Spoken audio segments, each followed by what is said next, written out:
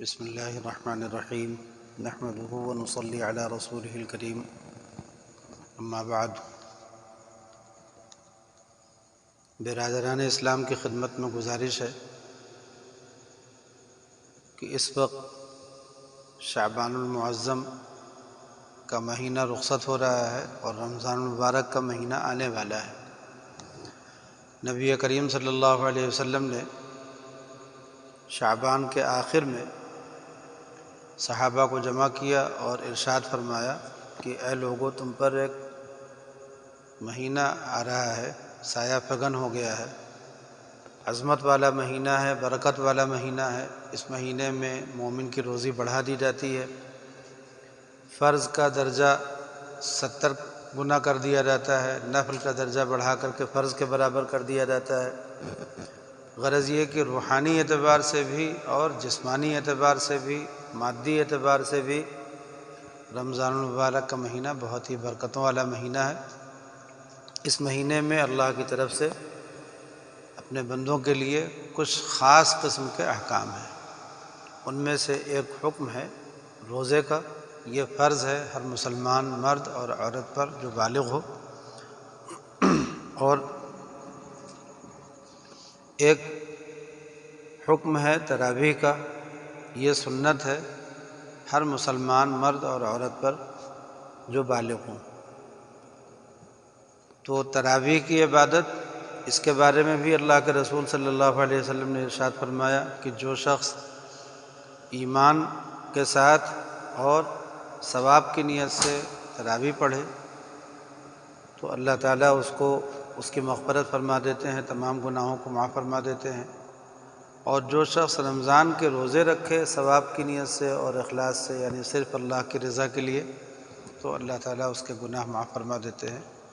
یہ دو بڑی عبادتیں آنے والی ہیں۔ اس کے بعد اعتکاف کی بھی عبادت ہے آخری عشرے میں، اور شب قدر کو تلاش کرنا بھی ہے، قرآن پاک کی تلاوت بھی ہے، اور پھر عید الفطر کی مناسبت سے صدقہ فطر بھی ہے، اور پھر عید کی نماز بھی ہے۔ غرض یہ ہے کہ رمضان المبارک کا مہینہ ایک نیکیوں کا مہینہ ہے، نیکیوں کا موسم ہے، نیکیوں کا بازار ہے، اور آدمی جس قدر ہو سکے اس مہینے سے فائدہ اٹھائے۔ اس وقت ہم لوگ موجودہ حالات سے گزر رہے ہیں۔ تمام ممالک میں ایک وبا پھیلی ہوئی ہے، اور اس وبا کے اثر سے سب لوگ اپنے اپنے گھروں میں ہیں۔ تو میں نے اس سے پہلے بھی کہا ہے کہ ہمیں یہ ایک بہت اچھا موقع ملا ہے اللہ کی طرف سے کہ اس موقع پہ ہم اپنا گھریلو تربیتی نظام درست کر سکتے ہیں۔ ہم صبح سے شام تک کے اپنے معمولات بنا لیں کہ کس وقت میں ہمیں کون سا کام کرنا ہے، اور اس وقت میں اسی کام کو کریں، اور کوئی ایک وقت مقرر کریں جس میں قرآن پاک کی تصحیح، قرآن پاک سیکھ لیں، پڑھنا اور اس کا تلاوت کرنا۔ ایسے ہی قرآن پاک کا ترجمہ بھی کچھ تھوڑا سا سیکھنا شروع کریں، ایک ایک آیت دو دو آیت کر کے۔ ایسے ہی ایک ایک آیت دو دو آیت کر کے قرآن پاک یاد کرنا بھی شروع کریں۔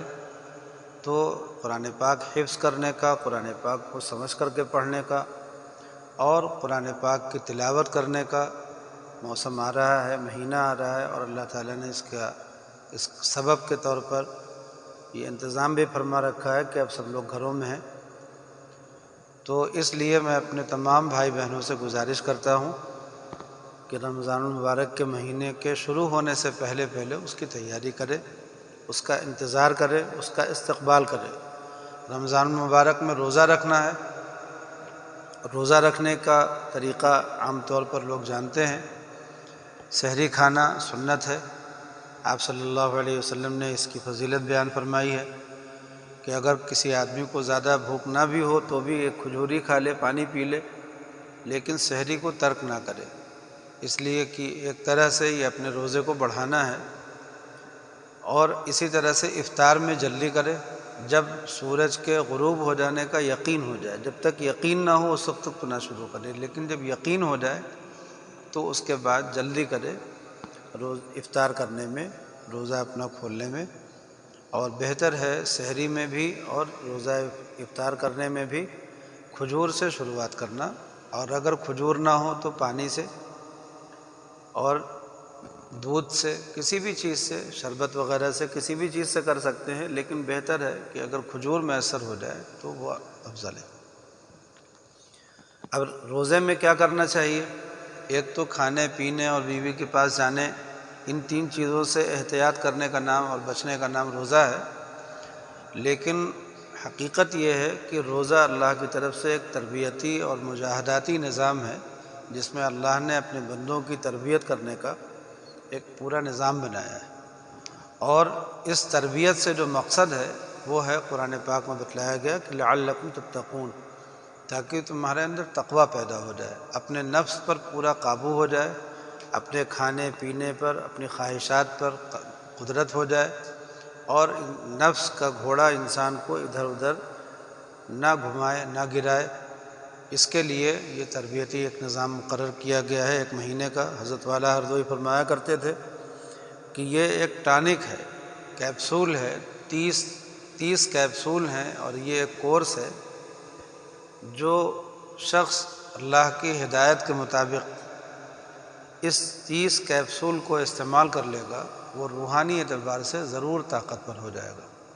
فرماتے تھے کہ دیکھو، طبیب کامل ہو اور اس کی جو تجویز ہو، یعنی وہ جو نسخہ لکھ رہا ہے مریض کے لیے، وہ نسخہ بھی صحیح ہو، اور مریض بھی اس کو صحیح طریقے سے استعمال کر لے، جو ہدایات ہیں ان کے مطابق پرہیز جو ہے وہ کر لے، تو نفع ہوتا ہی ہوتا ہے۔ یہاں پر اللہ کی طرف سے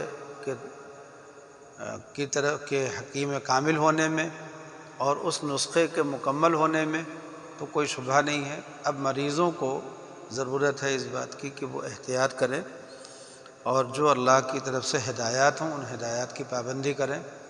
رمضان المبارک میں ذکر کے معمولات میں کچھ اضافہ کر لینا چاہیے، مثلاً کلمہ طیبہ کا ذکر کثرت سے کریں، سبحان اللہ، الحمدللہ، لا الہ الا اللہ، اللہ اکبر پڑھیں، درود شریف کی کثرت کریں۔ کثرت کے بارے میں ہمارے بزرگوں کا کہنا یہ ہے کہ کم از کم 300 مرتبہ پڑھیں، اور اگر کسی کو اس سے زیادہ کی توفیق ہو تو اللہ کا فضل ہے۔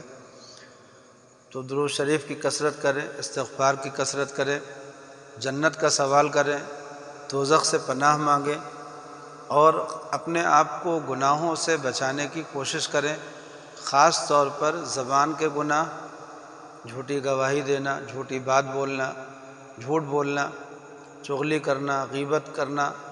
نبی کریم صلی اللہ علیہ وسلم نے فرمایا کہ جو آدمی روزہ رکھ کر کے اور جھوٹی گواہی دینا اور جھوٹی بات بولنا نہ چھوڑے تو اللہ تعالیٰ کو اس کے روزے کی ضرورت نہیں ہے۔ تو اس طرح سے زبان کی حفاظت کرنا، اپنے کان کی حفاظت کرنا، اس سے کوئی ایسی چیز نہ سنی جائے جیسے غیبت یا گانا۔ ایسے ہی اپنی آنکھوں کی حفاظت کرنا کہ اس سے کوئی ایسی چیز نہ دیکھی جائے جس کو اللہ نے منع کیا ہے۔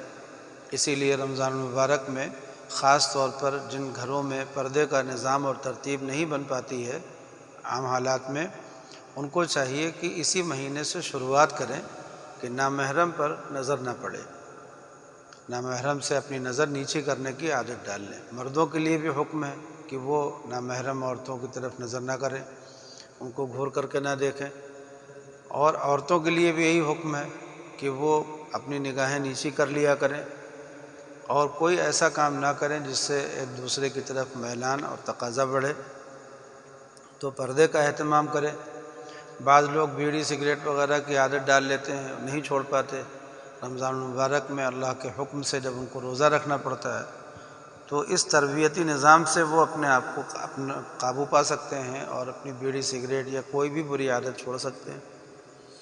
اسی طرح سے بعض حضرات ہیں پورے سال داڑھی کٹاتے رہتے ہیں اور خیال بھی نہیں آتا کہ یہ کوئی گناہ ہو رہا، حالانکہ شریعت کی نظروں میں یہ گناہ کبیرہ ہے، بڑے گناہوں میں سے ہے داڑھی کٹانا۔ نبی کریم صلی اللہ علیہ وسلم کی سنت متواترہ ہے، صحابہ کی سنت عامہ ہے، اور تمام امت کا اس پر عمل ہے، اور اس کے برخلاف جو لوگ داڑھی نہیں رکھتے ان کے بارے میں بڑی سخت باتیں آئی ہیں۔ تو اس لیے اور عام حالات میں لوگوں کو اس طرف توجہ نہیں ہو پاتی، تو رمضان المبارک میں لوگ ہمت کر لیں اور ارادہ کر لیں کہ انشاءاللہ اب داڑھی نہیں کٹوائیں گے، پوری شرعی داڑھی رکھنے کی نیت کر لینا چاہیے۔ غیروں کی نقالی میں لوگ داڑھی رکھ لیا کرتے ہیں، لیکن اپنے نبی کا کریم صلی اللہ علیہ وسلم کی نقل میں اور آپ کی اتباع میں داڑھی رکھنے میں لوگ عار محسوس کرتے ہیں، شرم محسوس کرتے ہیں۔ یہ بڑے افسوس کی بات ہے۔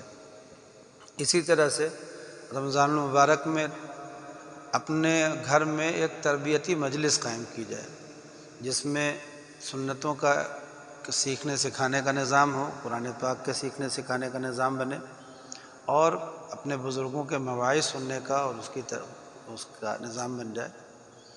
تو یہ بھی رمضان المبارک کا ایک تقاضا ہے۔ اسی طرح سے رمضان المبارک کے مہینے میں جو دوسری بڑی عبادت ہے، اہم عبادت ہے تراویح۔ تراویح کے بارے میں بہت سے لوگوں نے پوچھا کہ تراویح اس مرتبہ کس طرح پڑھی جائے، لاک ڈاؤن ہے، تو حکومت کی ہدایت کے مطابق جتنے لوگ ایک ساتھ اکٹھا ہو سکتے ہوں، 3 4 جو بھی ہوں، جو بھی ہدایت ہو اس ہدایت کے مطابق لوگ اکٹھا ہوں اور پوری احتیاط کے ساتھ ہوں۔ جو احتیاط حکومت کی طرف سے بتائی جا رہی ہے وہ ساری احتیاط بھی کریں، تو ان احتیاطوں کے ساتھ اکٹھا ہوں اور تراویح کی نماز جس طرح سے مسجد میں قائم کی جاتی ہے، اسی طرح گھروں میں بھی قائم کی جا سکتی ہے، بغیر کسی پریشانی کے اور بغیر کسی کراہت کے۔ فرض نماز کے لیے تو یہ ہے کہ مسجد میں قائم کرنا ضروری ہے، لیکن اب جب نہیں قائم کر سکتے فرض نماز میں کو، تو پھر تراویح تو سنت ہے۔ اور تراویح کے لیے پہلے سے بھی اجازت ہے اس بات کی کہ سب لوگ مسجد میں نہ پڑھ کر کے گھروں میں پڑھ سکتے ہیں، بس مسجد میں بھی جماعت ہو اور گھروں میں بھی جماعت ہو جائے۔ تو اس لیے ہر شخص اپنے اپنے گھر میں تراویح کی جماعت کا نظام قائم کر سکتا ہے۔ اس میں اس طرح سے بنا لینا چاہیے کہ مرد آگے کھڑے ہو جائیں، پھر بچوں کی صف لگ جائے، پھر عورتوں کی صف لگے پردے کے ساتھ، یعنی درمیان میں ایک پردہ حائل کر دیا جائے تاکہ دوسرے فاصلہ بھی ہو جائے اور بے پردگی بھی نہ ہو۔ تو تراویح کی نماز گھروں میں قائم کی جا سکتی ہے، جس طرح سے مسجد میں پڑھتے ہیں بالکل ایسے ہی بعینی ہی گھروں میں پڑھیں گے۔ اور اگر اس گھر میں کوئی ایسا شخص ہے جو قرآن پاک کا حافظ ہے، تب تو وہ پورا قرآن پاک سنا دے۔ ایک قرآن پاک پورا پڑھنا یا سننا سنت مؤکدہ ہے، تو اس لیے یا تو یہ کر لے، اور اگر کوئی حافظ نہیں ہے ایسا اپنے گھر میں، تو پہلے تو یہ نیت کر لیں کہ انشاءاللہ کسی نہ کسی ایک حافظ کو تیار کریں گے، اپنے گھر میں ایک بچے کو حافظ بنائیں گے۔ دوسرے یہ کہ الم تر کیف والی تراویح یا جہاں سے بھی قرآن پاک یاد ہو، جتنا یاد ہو اس سے تراویح پڑھ لیں اپنی 20 رکعت۔ ہر 4 رکعت پہ ترویحہ ہوتا ہے اور 2 رکعت کر کے یہ پڑھی جاتی ہے۔ جب 20 رکعت ہو جائے تو اس کے بعد دعا مانگیں، اور پھر اس کے بعد وتر کی نماز بھی جماعت کے ساتھ پڑھ لیں۔ رمضان میں وتر کی نماز جماعت کے ساتھ پڑھنے کی اجازت ہے، بلکہ بہتر ہے۔ اور پھر اس کے بعد اللہ سے دعا مانگیں کہ اللہ جو مصیبت آ گئی ہے ساری دنیا پر، جو وبا ہے، جو عذاب ہے، اس کو اٹھا لیجئے۔ بعض لوگ یہ کہتے ہیں کہ یہ انسانی کوشش اور سازش کا نتیجہ ہے یہ سب حالات جو ہیں، مگر ان کو بھی یہ بات ذہن میں رکھنا چاہیے کہ جب کوئی بھی معاملہ بندوں کی عمومی تکلیف کا سبب بن جائے، چاہے وہ انسانی کوشش یا سازش کا نتیجہ ہو یا اس میں انسانی کوشش اور سازش نہ ہو، جب بھی اس میں عام بندوں کو تکلیف پہنچنے لگے تو وہ عذاب خداوندی ہی کی شکل ہے۔ اللہ تعالیٰ نے اس کو بیان بھی فرمایا ہے، حدیث پاک میں بھی اس کا بیان ہوا ہے کہ جب بندے نافرمانی کرنے لگتے ہیں تو اللہ تعالیٰ ان پر ظالم حاکم مسلط کر دیتے ہیں۔ تو ظالم حاکم جو ہوتے ہیں ظلم کرتے ہیں، انسانی کوشش ہوتی ہے مگر یہ بھی اللہ کا عذاب ہوتا ہے۔ ایسے ہی اللہ تعالیٰ نے مسلمانوں کو جہاں جہاں بتلایا کہ دیکھو ہم تمہاری مدد کریں گے، ان پر عذاب بھیج دیں گے، اور اللہ نے پھر ان کو جنگوں میں شکست دی دوسرے لوگوں کو۔ تو وہ جو مد مقابل ہارے ہیں جنگوں میں، ان کو بھی یہ بھی ان کے اوپر عذاب ہی تھا، حالانکہ بندوں کی کوشش سے ہوا تھا مگر یہ اللہ کا عذاب تھا۔ تو ایسے ہی پوری دنیا میں اگر کسی معاملے کی وجہ سے لوگ تکلیف میں ہو جائیں، مبتلا ہو جائیں اور اس تکلیف سے اپنے آپ کو نکالنے پر قادر نہ ہوں، چاہے وہ بندوں کی سازش سے کوشش کا نتیجہ ہو یا ان کی کوشش اور سازش کا اس میں دخل نہ ہو، دونوں شکل میں وہ عذاب الہی ہے۔ اور عذاب الہی کا مطلب کیا ہے کہ رجوع اللہ ہونا چاہیے، اللہ ہی سے اس عذاب کو دفع کرنے کی دعا کرنا چاہیے، اپنے اعمال کو درست کرنے کی کوشش کرنا چاہیے، دعا کا اہتمام کرنا چاہیے۔ اللہ تعالی ہم سب لوگوں کو رمضان المبارک کا مہینہ عافیت کے ساتھ اور اپنی اطاعت کے ساتھ اور نبی کریم صلی اللہ علیہ وسلم کی سنتوں پر عمل کے ساتھ گزارنے کی توفیق عطا فرمائے اور ہمارے رمضان کی عبادتوں کو قبول فرمائے، ہماری کمیوں کوتاہیوں کو معاف فرمائے۔ وآخر دعوانا ان الحمدللہ رب العالمین۔ ایک بات یہ بھی یاد رکھنے کی ہے کہ حیات المسلمین کے جو اسباق چل رہے ہیں ان میں ایک سبق رمضان المبارک سے متعلق آنے والا ہے جس میں روزے، تراویح، اعتکاف اور شب قدر اور صدقہ فطر سے متعلق حدیثیں اور ان کا ضروری بیان آنے والا ہے، تو اس بیان کے بعد اس بیان کو بھی سن لیں۔